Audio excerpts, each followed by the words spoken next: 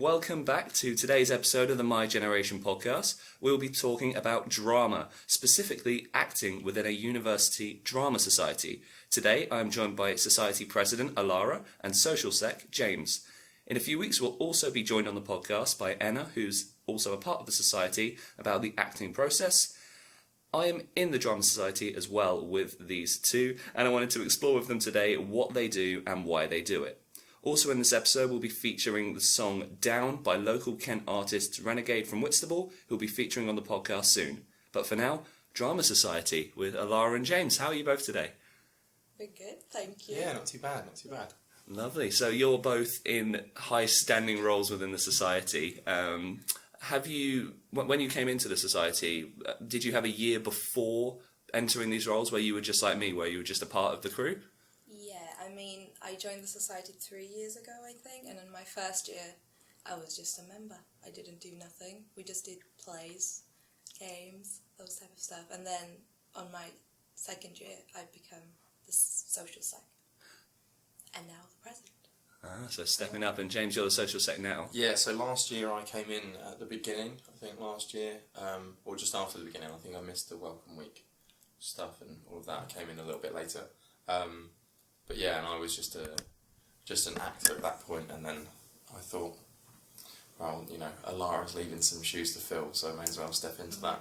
Nice. And what made you want to step up to president, Alara?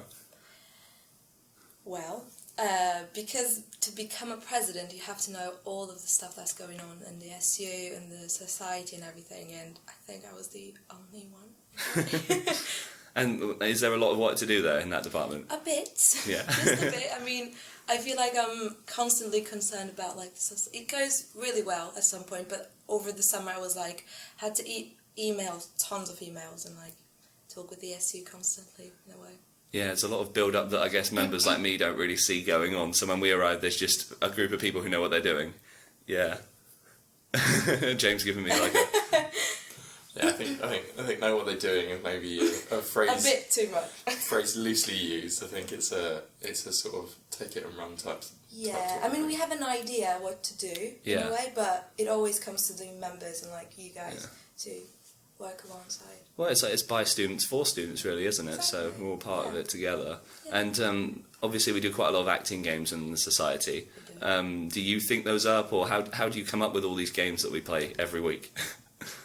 Some come like, it's a tradition now, some of them, because it's been there in the drama society for years. But some we do some of them in the class as well, so we just give what we learn. Yeah, I think you sort of pick up stuff along the way, and then I think when you know what is required for like a warm-up or to get people to know each other, then you can sort of start to weave it from there. And then you sort of pick up sort of drama, what we consider to be drama games, from stuff that I've done at school, stuff that we've done like at rehearsals and stuff over the course of the university, on other stuff that we do like outside of the university as well. It all sort of weaves in with games that other people play that we think are useful. We just sort of see where they go from there, I guess. And they're icebreakers, really, aren't they? Above all else, so getting everyone to talk to each other. I mean, is the first week, would you say, one of the hardest when you're trying to get everyone together to sort of talk and interact? I mean, the first idea is just to get to know each other, be comfortable around each other, because we're doing acting, and if you're not comfortable, you can't really be your full potential. So the main idea is like to get to know the names, to know what's good for you and what's not, basically. Yeah, because I think specifically for my role as social sec, I think the first week's really important because you can see what sort of people you have in a room as to what they'd like to do in a more social atmosphere. So whether you have people who enjoy going out or people who don't enjoy going out, whether they connect as a friendship group as well is important for a play, and also important to get people to come back.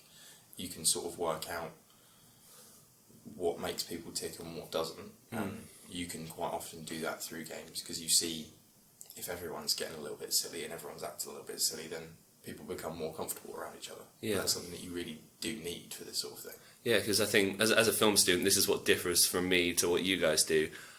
theatre is much more collaborative in the sense that the whole cast will spend a lot more time together, whereas film, it can be quite fragmented. So would you say that the social side, whether it's a society or a real theatre production, is really, really important?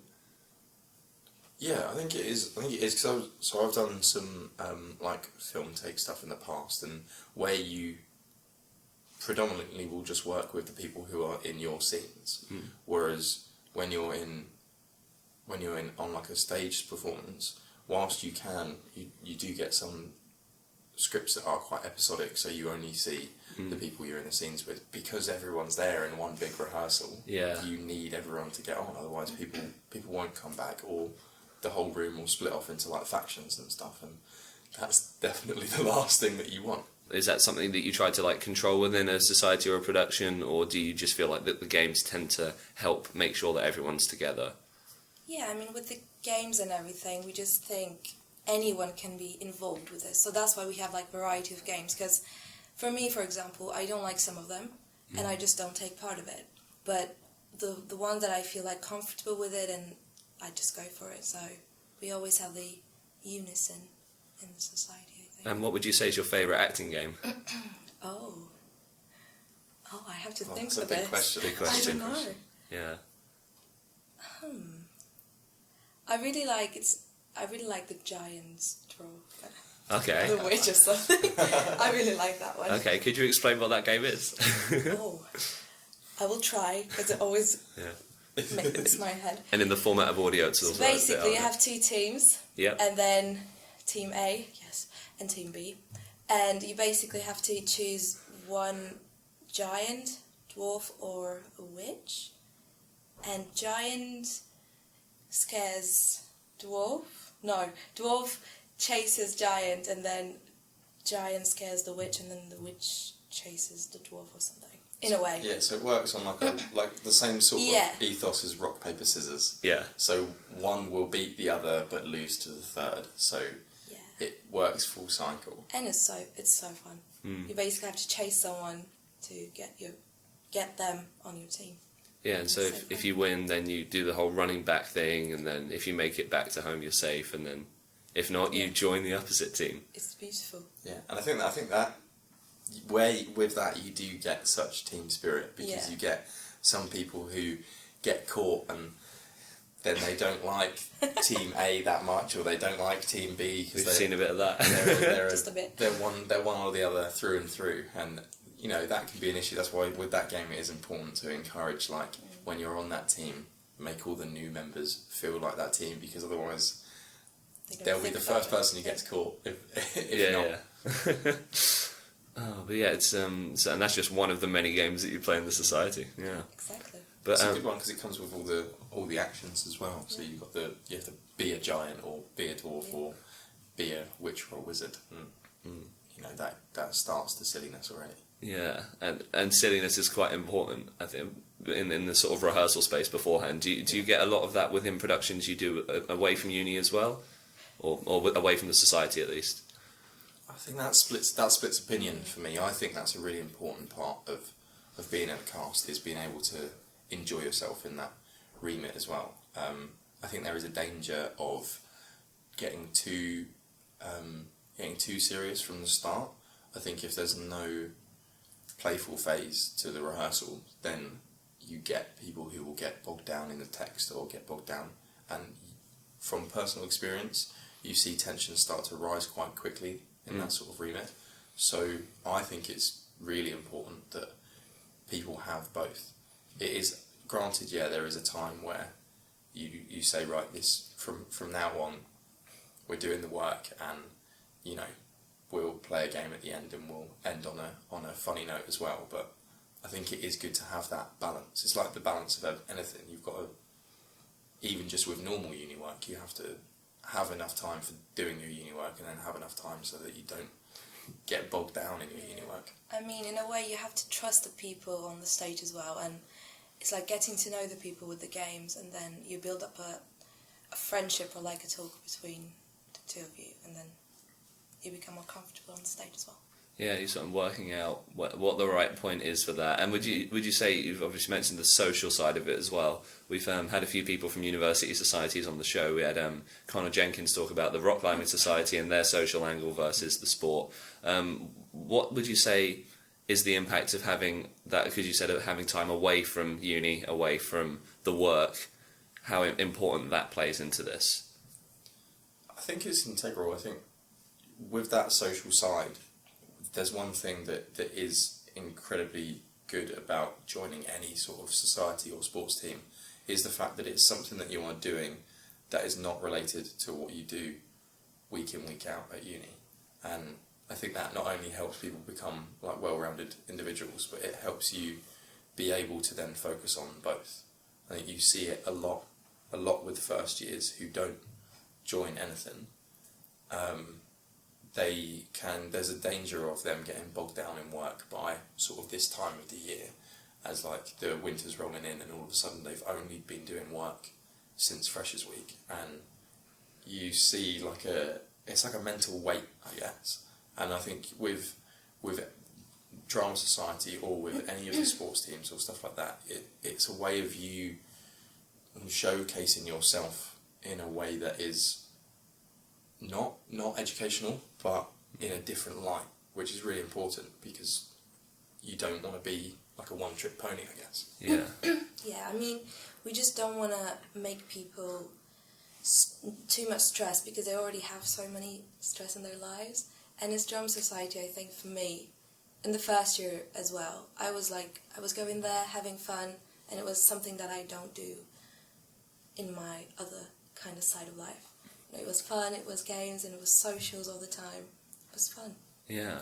And in a way that sort of, for someone like me who is just going to the society, because it is completely different to what I do, I'm not an actor really, but you guys live and breathe acting a little bit more. I wanted to go really through what made acting your passion. So obviously, as James, you study drama, and Alara doing performing arts. Where did you first get a love for acting? I mean, as a child, I was a lover of performing magic shows. Okay. At home, and I used to be bought the sort of boxes of different tricks, and I was pulling puppet rabbits out of hats and that sort of stuff, and I always enjoyed that side of things. And then sort of going into school and stuff, it was always, for me, it was drama and PE. Those were two things that I could express by doing things, as opposed to having to sit there and think. I guess I always wanted to be a bit more proactive, and sports and acting was two ways of doing that. And then as I got older, it just sort of grew, and then like two of the A-levels that I did were drama and then PE as well. So it sort of bled all the way through my learning, and then I was at the end of school and I had to sort of pick either drama or PE, and I went with drama just because I was involved in all of the shows at school, and it was always the fondest memories that I have of school were being in those shows and being in the musicals, even though I'm not a singer and I'm not a dancer, as many music teachers will back me up on that point. I'm not shy of giving it a go, and anyone who has heard me sing or seen me dance will know that I'm not going to be embarrassed easily. That's true. My dance moves may embarrass those around me, but you know, I won't fall short on that sort of front. So it's something that I always enjoyed sort of throwing myself into, and it's something that sort of towards the end of school I started taking a lot more seriously, because I was like, you know, I'm not half bad at this. Maybe if I screw my head on, then I'll be able to actually make something of it. And I think that's sort of where it sort of took me to here. And then as soon as I was at uni, first year I wasn't a member of Drama Society. Oh, okay. And I wasn't actually a member of any societies. So speaking from experience, I was bogged down in work by sort of the November, December time. And that was something that I really wanted to change come second year. And joining Drama Society was a big part of that. It was still drama, but it was different. It was a different group of people, and I think that's key, because I think one thing that I've always enjoyed doing is sort of socialising with people, and sort of just talking to new people, getting to know people. And I think the people at Drama Society were different to people in my drama classes and different to people in the performing arts teams, because you get people who do all sorts of different courses. And I think that's the beauty of it, is the fact that I'm not going to sit here on some pedestal just because I also do drama. You've got equally as talented people coming from all different sorts of courses, and it's great to work with all of them. And I think that was just, that was key then, and me wanting to be social sec was me then trying to get all these people who have that joint love of drama in the same way that I do to go and grab a meal and talk about stuff that isn't drama and talk about other stuff, because then that's when you would have seen it firsthand. You would have seen sort of karaoke nights and stuff. Everyone sort of letting loose. That's really true. Well, even karaoke blends a little bit with the sort of singing and dancing you said about, because that's a space where you can sing and dance and not have to be taken very seriously, is it? That's the beauty of karaoke. Yeah, because you still get your fix of singing and dancing. Yeah, exactly. And usually the music's loud enough that hopefully people don't hear me that well. And for you, Alara, where did your acting begin? Oh, I think it began like when I was 1 or 2. Wow. Because both of my parents are both actors, in a way. Yeah, they are. And so I grew up into this type of acting house, in a way. And I was always on like backstage, sometimes on stage for accidentally. And yeah, basically I grew up into that environment in a way, and that's why I was a bit shy, because the expectation for me was to become an actress. And I refused it for like 2 years. I was like, oh no, I'm going to be like a film student. Oh, maybe advertisement. Or maybe I can be a chef. I don't know. And then at some point, throughout the end of the high school, it's like, we call it year 12, which is before uni. They asked me, like, you have to choose something now. Because I was in a production, like, I was mostly in the musical productions, but I wasn't that, like, confident with myself, because it was like my parents were watching me. I know they were judging me as well. They're like, oh, you're acting. What are you doing in that? Yeah. So at the end of year 12, I was just like, okay, I can be all of the things that I talked about, but on stage. So I want to be an actress. Let's go for it. And yeah, I think it started because I really love the environment in a way. I love the social side as well, because we always had like little parties with the gathering, all the people that my parents knew.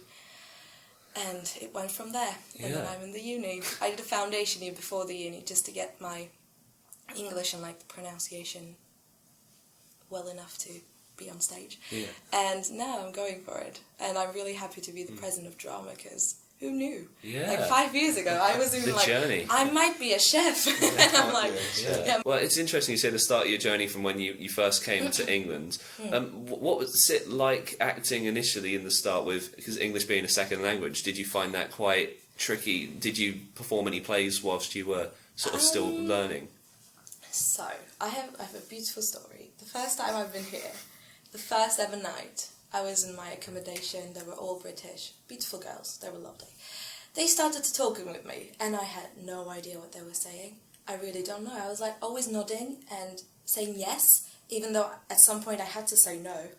And I said yes, and that's why I joined the Drama Society as well, because in the foundation it was international foundation, because you basically did nothing about drama.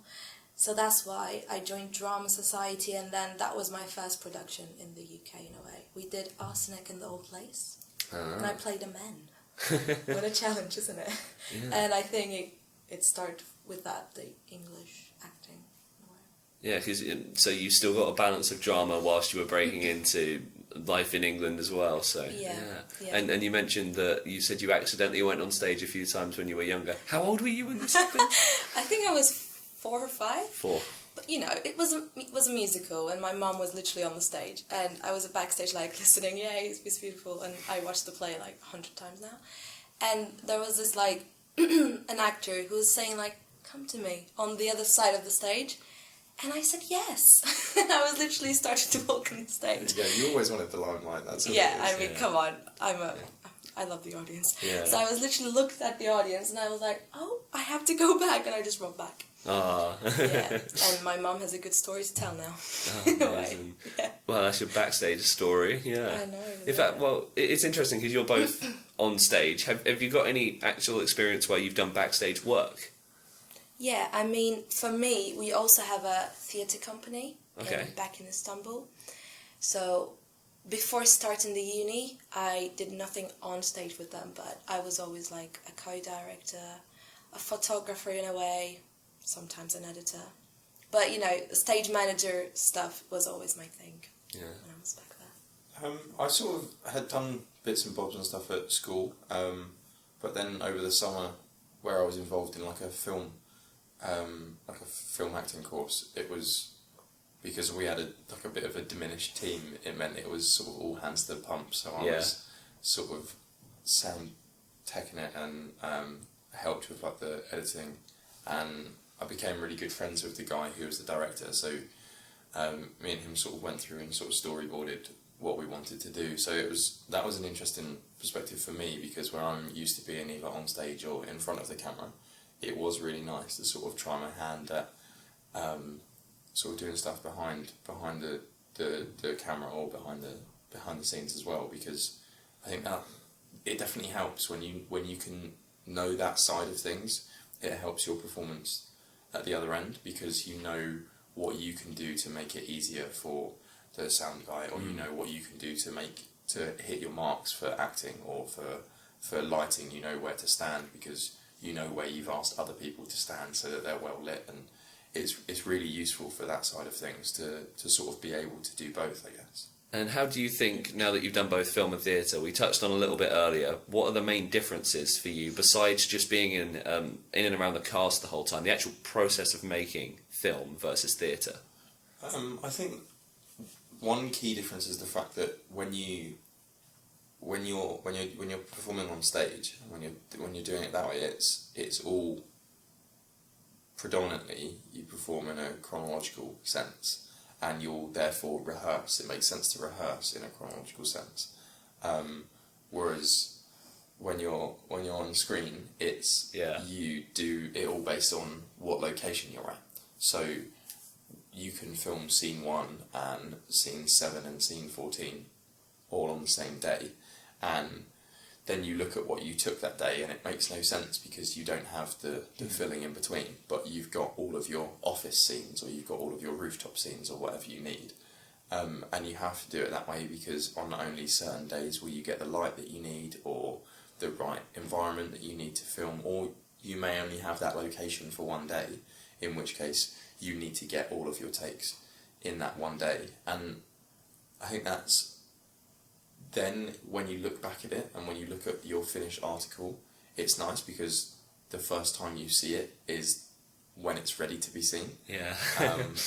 Which is incredible, really, because you sort of sit there and you look at it take by take and you see the best takes individually, but then when you see, or when I helped like it get woven into one sort of tapestry, one film, it was incredible to see everyone's scenes come together, because there were some scenes I hadn't seen be filmed, so I didn't know they existed, and then they feel like a massive plot point, which is incredible. Whereas you don't really get that because you have your tech run-throughs and your dress run-throughs and your lighting run-throughs and all that sort of stuff. You see it at all different stages of the process, so it's less of a wow factor, I guess. You have that first night when you've performed something and it's all gone great, you always get that, we actually did it, guys, like we actually put a show on, and that's always incredible, and that will never change. But then, you do it the next night, and then the next night, and then the next night, and it's still great, but that first and the last, always incredible. And then you usually, from my experience of being on stage, you usually have the first night is great because it's the first night and you can show that you can do it. Then you usually have one night in the middle somewhere where the audience is just amazing and they're laughing at everything that's funny and they're reacting really well to everything that's going on stage. And then the last night is great because it brings a wrap to the whole thing. So, and I think that's, you get that in, or personally I've had that in every, I don't know about you, Alara, if that's the same. Yeah. I mean, for the first night, it's always amazing, but for the productions I've been in, second night, it's always the worst. Really? Because, you know, you go out on stage in the first night with all this energy and, like, you have to have that energy, a bit of a stage, not stage fright, but, like, that adrenaline? Yeah.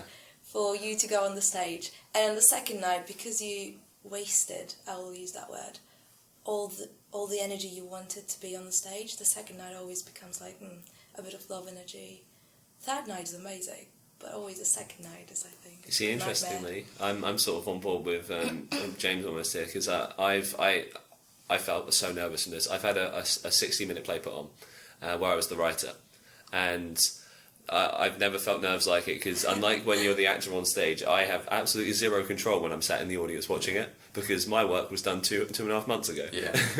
But I found that the second night was easily the best performance, because the first night I feel like they were breaking into it still a little bit, and then it was all completely fleshed out.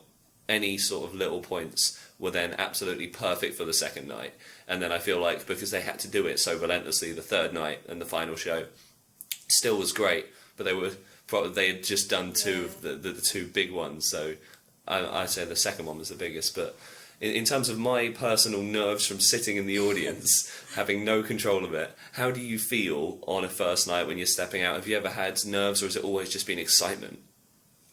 Oh, both.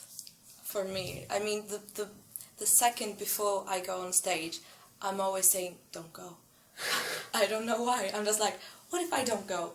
What would happen? But, you know, you have to go on the stage, and when you step into the stage, I think that energy builds up, and the nervousness doesn't even stay with you. Yeah.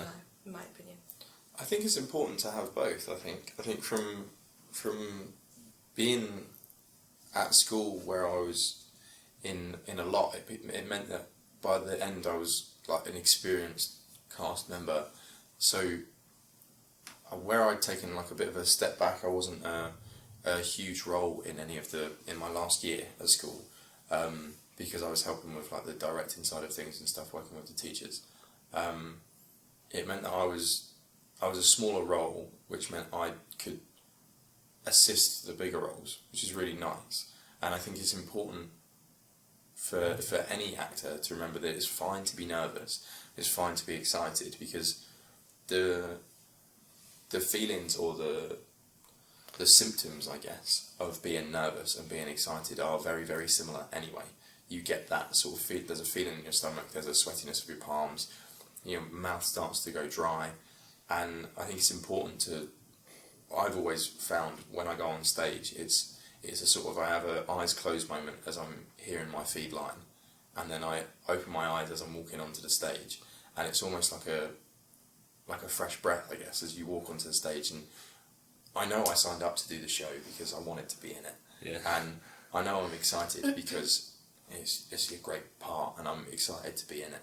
So it comes down to then the sort of the trust of everyone that's on stage, and the trust that if something does go wrong, which it quite often does on stage, that you have that ability to fix it.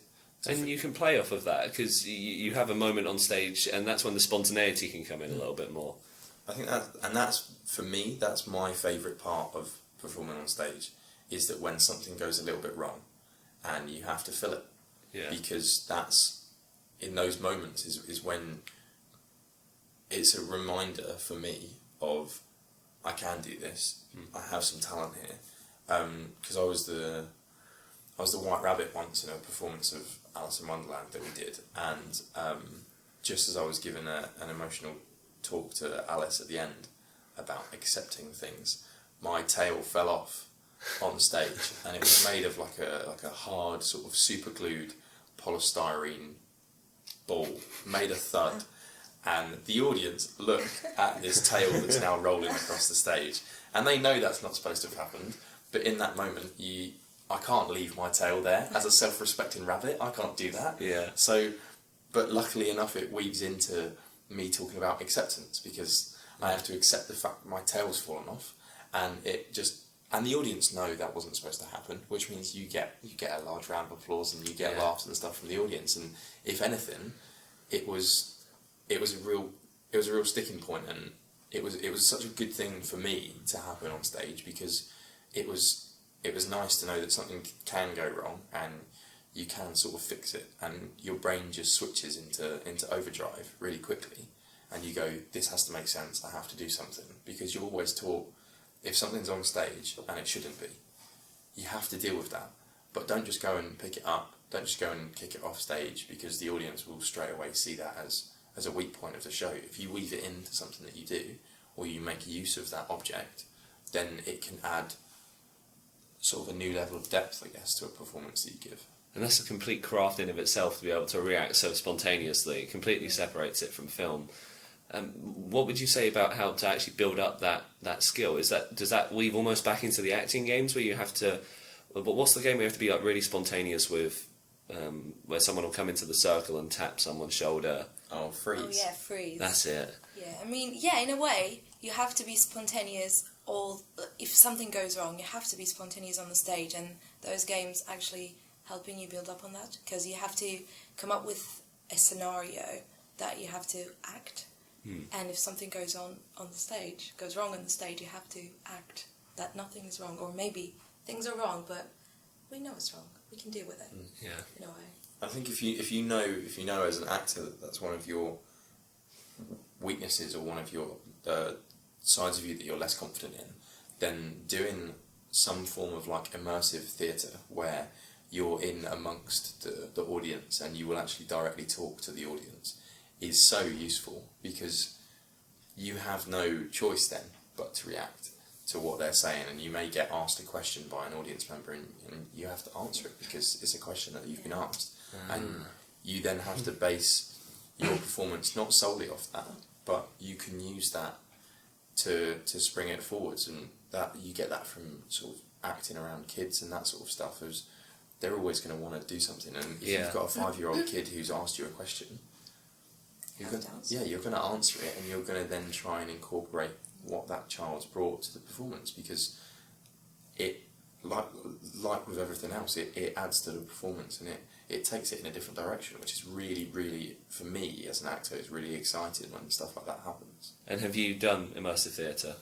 Yeah, there was one that we did. Not only was it immersive, but it was outside as well. So it was, I think it was another performance or it was another variation of an Alice in Wonderland, where yet again I was the white rabbit. You love being this rabbit. It seems to be typecast a little bit as the furry white creature. But yeah, so it was nice, because where it was outside and the kids just get excited when they're in the woods, there's a lot for them to look at. So it means as an actor you have to try that little bit more to keep them focused on you, or to keep them focused on the storyline that you're trying to give them. And it was hands down one of my favourite things that I've been in, just because it was completely new. It was working with kids, which I love doing anyway, and it felt fresh each time, because we were performing. I think we did 4 or 5 performances each day, because it was only a short one. It was only like I think it was about, all told, it was probably about half an hour, 40 minutes, 45 minutes, that sort of time frame. And you take the kids through the story, and then they leave, and you have like a 15, 20 minute break, and then the next section of the people who've bought tickets come. And when you're doing something like that 2 days in a row, so you're doing sort of 10 performances in 2 days, it's really important for it to keep changing, because otherwise, as an actor, no matter how good the script is, if you're doing 10 performances in 2 days, you'd be lucky if some sort of sense of boredom doesn't start to creep in. And I think when you've got kids and a loose-fitting script and some really talented actors, that doesn't happen, because each performance in its own right is completely different. Yeah, I have one example from that. So I did a bit of videography work for the Marlowe when they did Creed of Spies, if you remember that, where they basically had scenes all over the city. So groups of about 15 people would be taken around the city. You'd start at the cathedral, and then you'd all go off to different bits. It was like 4 or 5 separate groups. You'd all go off to a different performance, and there were, I think, 8 or 9 performances all happening around the city.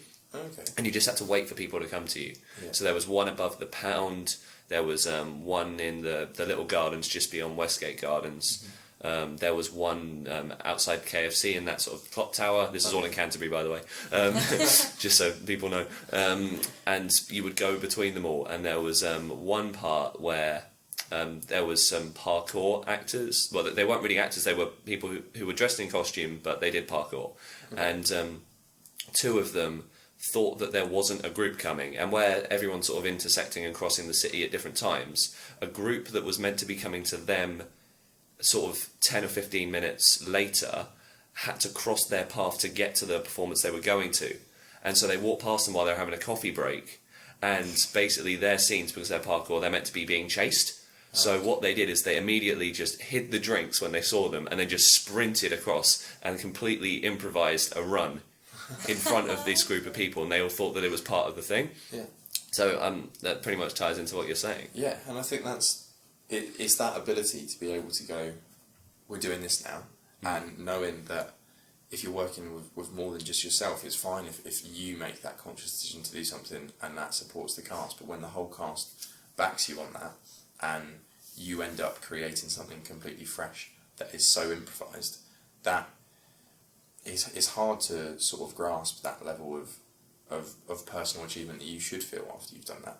And I think that doesn't only push forwards your confidence in being able to react to anything, but it pushes forwards your confidence to then trust a cast and trust everyone in a different light, and know that if things aren't polished for when you need it, granted it's not ideal, but it's not the end of the world, because you trust yourself and you trust the other people that you're working with that you will make it work, because you have to. And for you, Alara, because trust is going to be quite a big thing. Being the president of the society, you've got to not only just trust the members who are acting, but also people like James, who are your social sec and well-being officers, everyone involved in that. So what does trust mean to you in the theatre sense?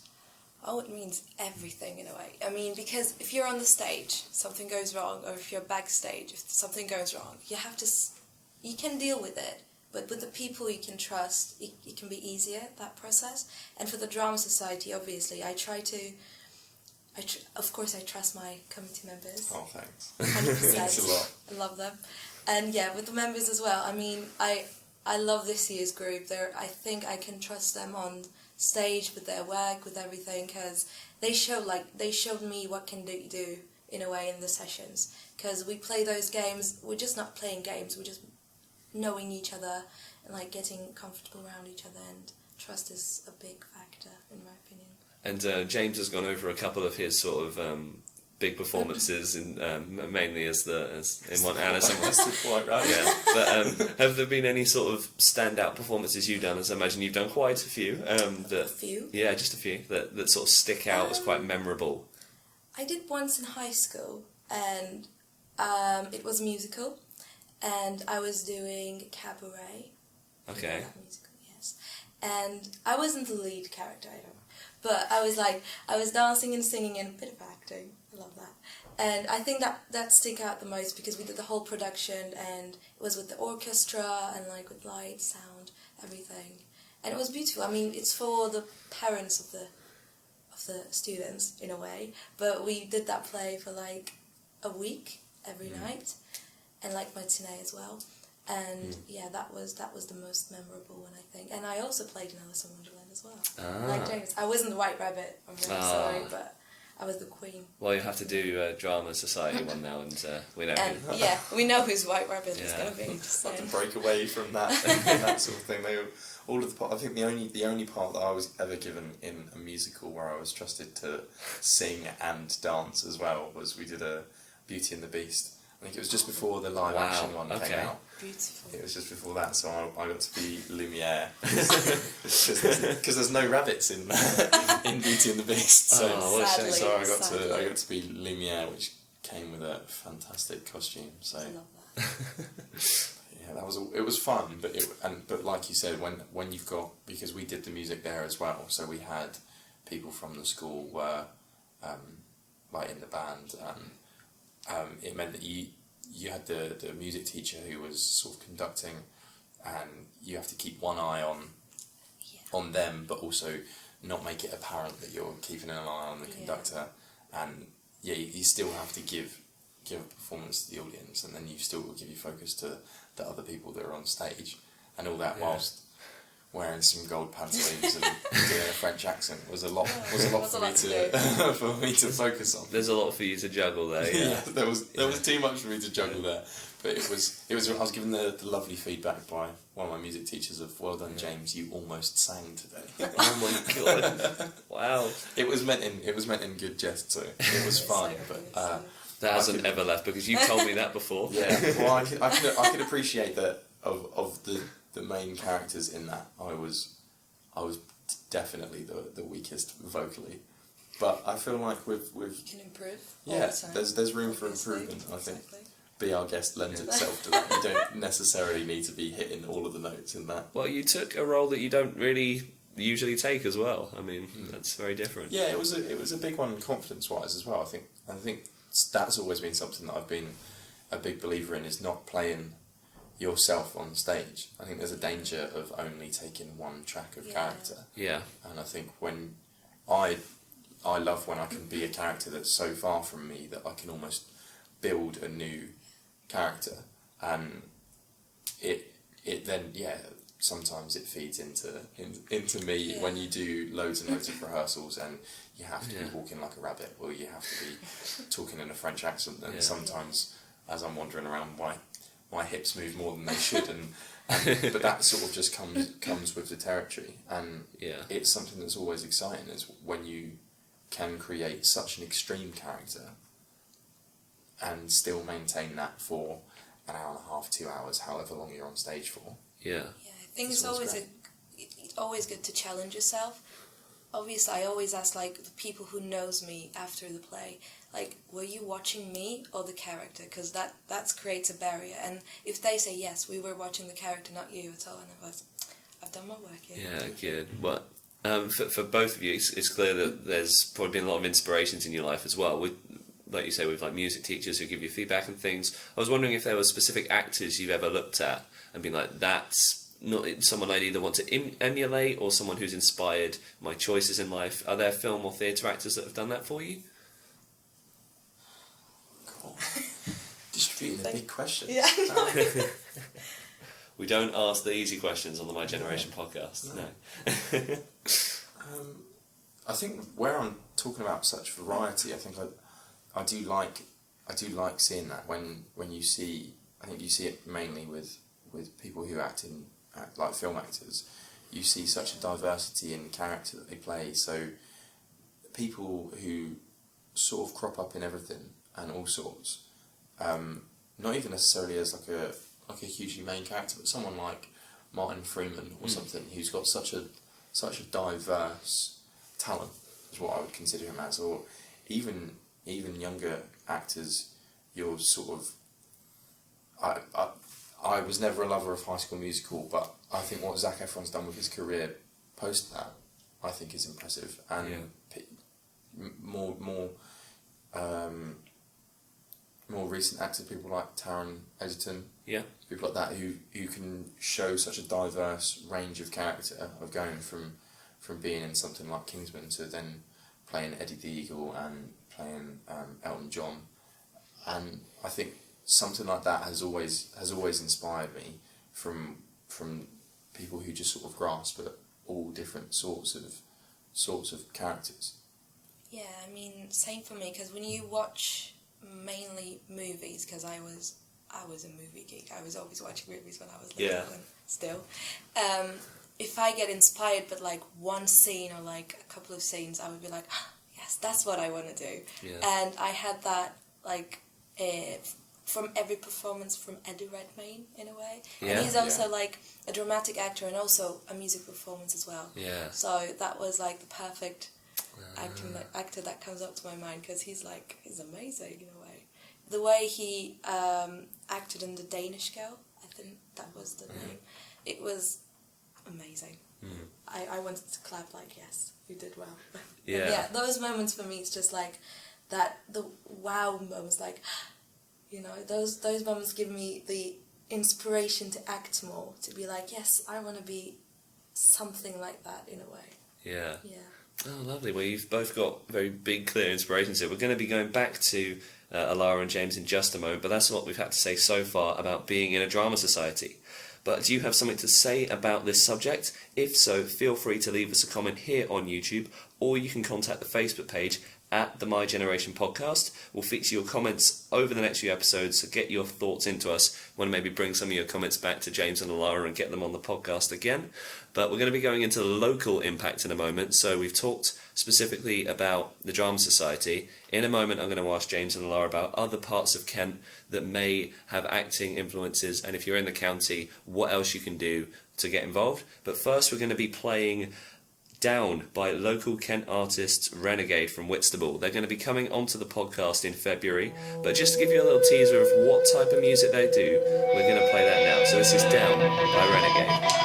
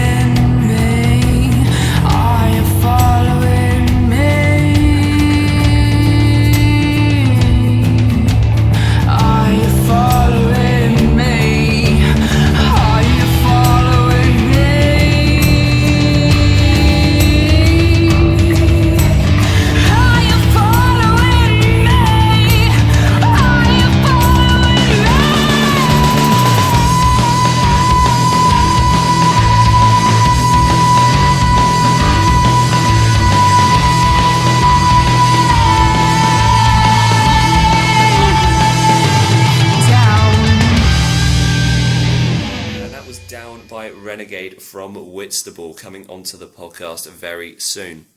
So now going into local impact, I wanted to ask you about, if you're an actor in Kent or someone interested in just theatre in general, what can you do in this county to get involved? So off the back of, as we spoke earlier about the immersive theatre that I did,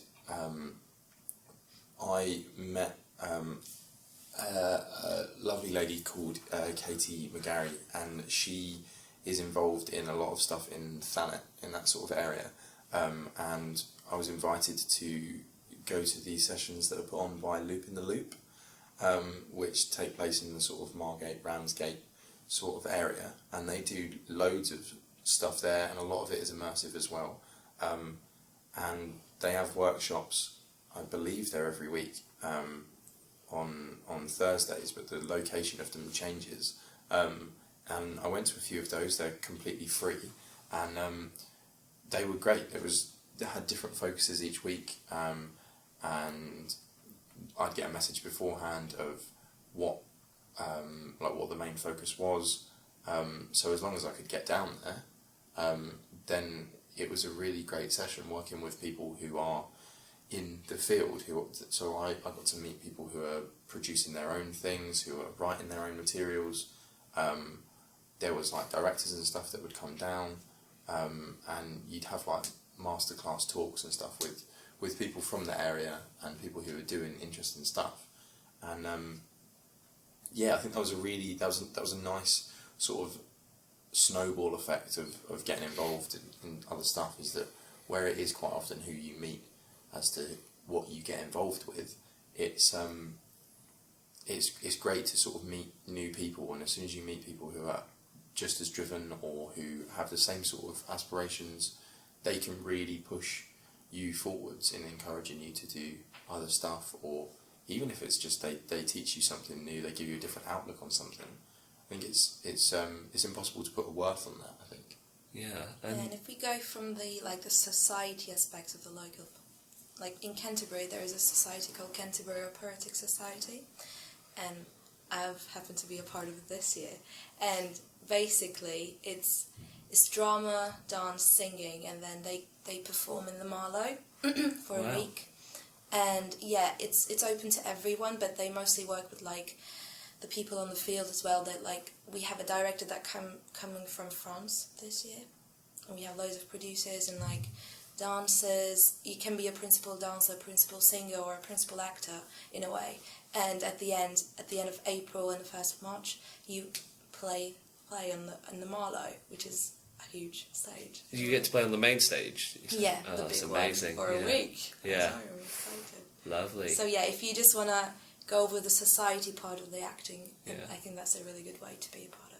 Yeah, and bringing it back to the Drama Society specifically, how can people, because this episode is going to be coming out in January, you can obviously still sign up for this year. Of course. And if you want to sign up for next year, what can people do, Alara, to sign up?